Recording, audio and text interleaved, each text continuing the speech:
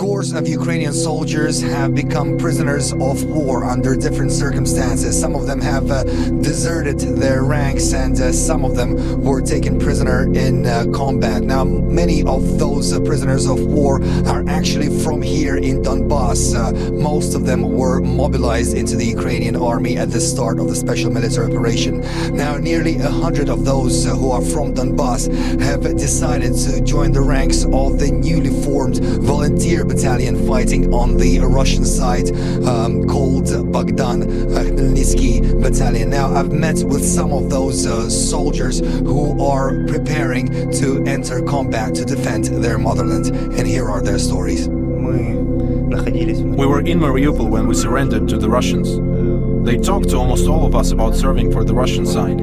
I wanted to join the battalion because my house is on the front line. I want to defend my land. I never wanted to fight against Russia. I have relatives and friends there. The situation is horrible. I understand that we need to defend our land so that civilians can live peacefully. The West sought this conflict with Russia. Ukrainians and Russians have always been brotherly people. And then somebody said that Russia was the enemy, and the escalation began.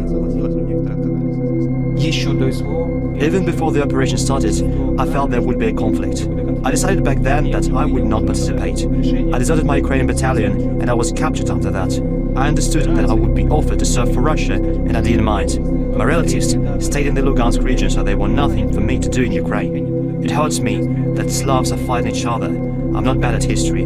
It foreshadowed this, and now this is happening. Above all, I want Ukraine to understand what the events of 2014 have resulted in. A desire for peace prompted me to join the battalion. I want to defend my land, my family. I want to serve for the future. When I served in the Ukrainian forces back then, there was no anti-Russia attitude. People were just making money. But a lot of propaganda and neo-Nazi sentiments have emerged lately. Many people who got here didn't even understand what they would be fighting for. They say that they were abandoned by Ukraine.